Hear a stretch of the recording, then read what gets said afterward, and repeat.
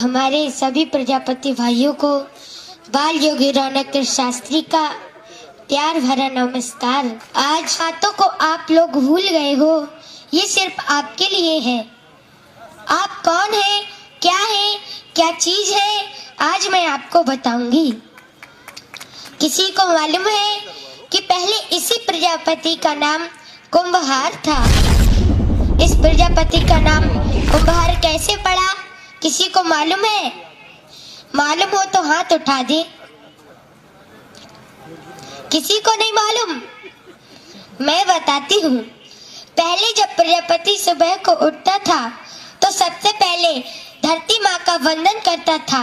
कहता था, हे सूर्य भगवान, हे चंद्रमा भगवान, हे जल देवता, हे वायु देवता, सभी को याद करते हुए कहता था, मुझे धरती की तरह धैर्यवान बनाना और सूर्य की तरह समय का पाबंद बनाना, चंद्रमा की तरह शीतल बनाना और जल और वायु की तरह मैं इस धरती के हर एक जीव के काम आऊं।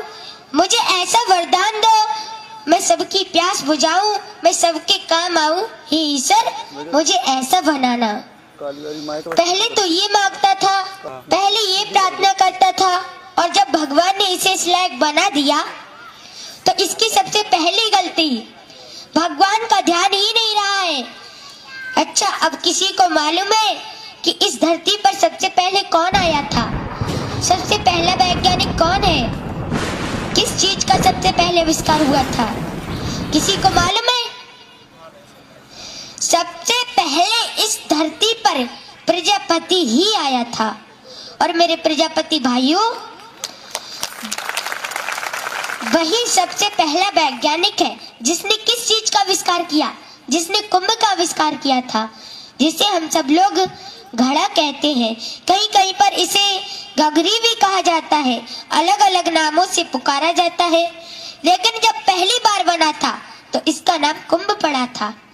हरिद्वार से 6 किलोमीटर दक्षिण की ओर जो कभी राजा दक्ष की राजधानी का नगर था, जो आज भी गलखंड के नाम से जाना जाता है, जहाँ कुंभ पर भी पड़ती है, ये भी कुंभ से ही शुरू हुई थी। और गलखंड के रहने वाले एक प्रजापति को भगवान विष्णु ने अपना चक्र दिया था, जिसका उसने अपना चाक बनाया था। और भगवान शंकर ने अपना त्रिशूल, अपनी पिंडी दी थी। पिंडी पर उस चक्र को रखा था और त्रिशूल से उसे घुमाया था। और मेरे प्रजापति भाइयों, भगवान ब्रह्मा ने अपनी जनेऊ और अपना जल का भरा कमंडल दिया। कमंडल में जो जल था उससे मिट्टी को गीला किया और उस जनेऊ से कुंभ को काटा था। भगवान विष्णु ने उस प्रजापति से कहा, जाओ तुम अपना काम शुरू करो। तो उसने पहले ही बार में इतना सुंदर कुंभ बनाया, इतना सुंदर घड़ा बनाया कि भगवान उसे देख कर के खुश हो गए। भगवान बोले, तुमने इसे कैसे बनाया? तो उस प्रजापति ने क्या कहा? उसने कहा, प्रभु, जैसे आपने मुझे 5 तत्वों से मिलाकर बनाया है, वैसे ही मैंने इस कुंभ को 5 तत्वों से मिलाकर बनाया है। कैसे? जल, वायु, अग्नि, आकाश और धरती। मैंने धरती से मिट्टी ली और जल से उसे गीला किया और आकाश वायु से इसे सुखाया था और अग्नि से इसे पकाया था। भगवान इतने खुश हुए कि उन्होंने एक सुंदर सा हार अपने हाथ में लिया और उसको बाहर के डाल दिया। तो उसी समय उसका नाम भगवान ने कुंभहार रखा। कुंभ का नाम पहले और हार का बाद में, दोनों शब्दों को जोड़ दिया तो हो गया कुंभहार। और उसी वक्त भगवान ने उसे ये वरदान दिया कि चाहे कोई भी पूजा हो, हर काम में तुम्हारी कुंभ की हर किसी को आवश्यकता पड़ेगी। तुम्हारी पूजा के बगैर कोई पूजा संपूर्ण नहीं होगी। तुम्हारी इस कुंभ का जल पी करके लोग अपनी सांसें लेंगे। और तुम्हारे कुंभ के बगैर कोई भी पूजा संपूर्ण नहीं होगी। अब चाहे वो मृत्यु हो या जन्म हो, शादी हो या सजा हो। और मेरे प्रजापति भाइयों, ये सच बात है, तुम जिस विवाह में नहीं जाओगे तो इसका विवाह तुम्हारे कलश, तुम्हारी पूजा के बिना कभी पूर्ण नहीं होगा। इसीलिए आप जरा सोचो, आप कौन हो, फिर भी आप भिखारियों की तरह जी रहे हो। अरे आपको नहीं मालूम है आप कौन हो? आप राजाओं के राजा हो और शेरों के शेर हो, इस संसार की जड़ें हो। जो एक बार हिल जाए तो पूरा ब्रह्मांड हिल जाएगा। और ये ब्रह्मांड कौन है? ये ब्रह्मांड आदि प्रजापति ब्रह्मा है। ब्रह्मांड भी प्रजापति ही है और इसके रचयिता दक्ष प्रजापति है। ये भी प्रजापति है, यानी कि ब्रह्मांड भी प्रजापति है और उसका रचयिता भी प्रजापति ही है। और मेरे प्रजापति भाइयों, आप फिर भी अपना सर झुका कर जी रहे हो। आपकी एक छोटी सी गलती से आपको नीचे गिरा दिया गया है। मैं बताती हूँ, अगर किसी भाई को बुरा लग जाए तो माफ कर देना। मैं बताती हूँ, आज 20% तो प्रजापति मिट्टी के बर्तन बना रहे हैं और 80% रोजगार बंद कर दिया गया है। किसने किया है? फाइबर, प्लास्टिक, स्टील, लोहा ने।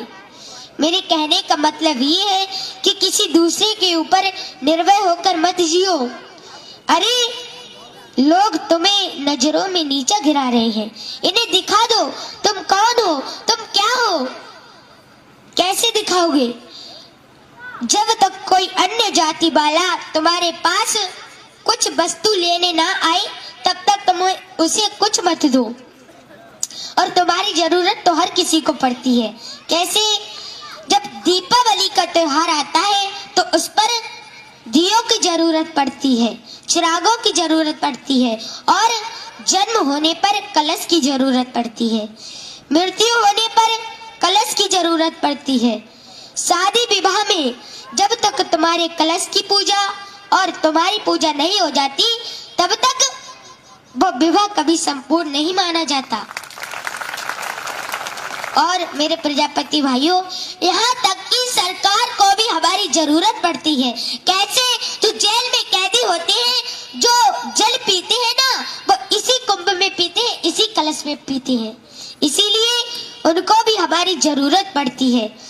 इस धरती पर हुए विश्व सर्वा रावण जैसे ज्ञानी, इस धरती पर हुए विश्व सर्वा रावण जैसे ज्ञानी, जो पी पी कर बड़े हुए हमारे ही गले का पानी। इसलिए सिर उठाकर जियो, सर झुका के नहीं। तुमने अपनी पहचान अपने हाथों से खो दी है। तुम्हें नहीं मालूम है, जितने भी बड़े राजा हुए वो भी प्रजापति थे, जितने भी बड़े भक्त हुए वो भी प्रजापति थे और जितने बड़े दैत्य हुए वो भी प्रजापति ही थे। कैसे? दक्ष प्रजापति ये प्रजापति थे और ये पूरे ब्रह्मांड के राजा थे।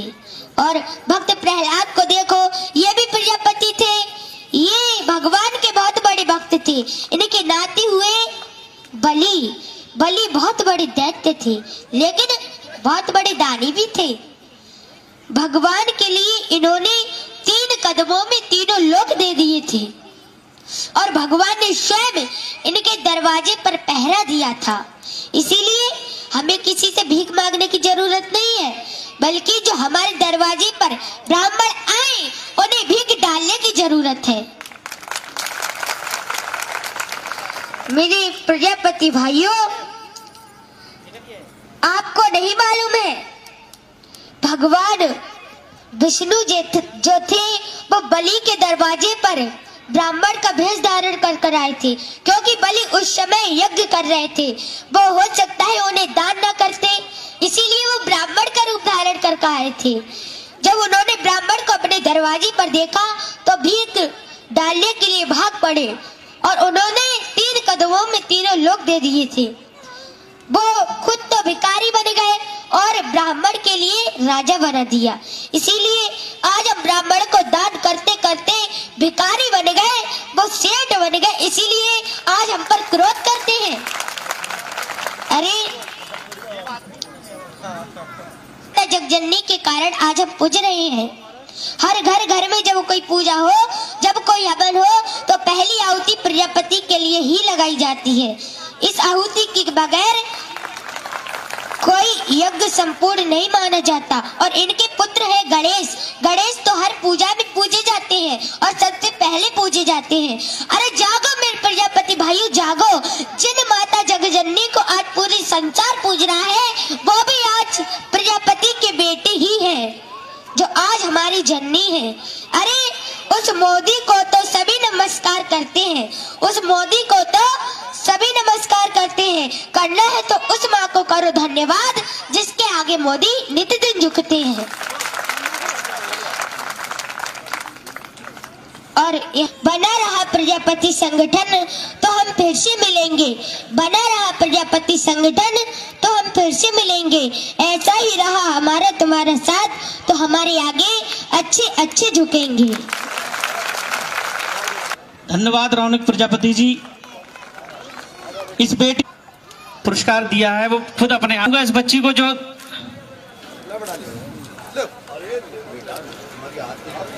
ये बेटी हमारे समाज का गौरव है, जो जिसे इतनी अल्प आयु में हमारे समाज के आ चुके हैं।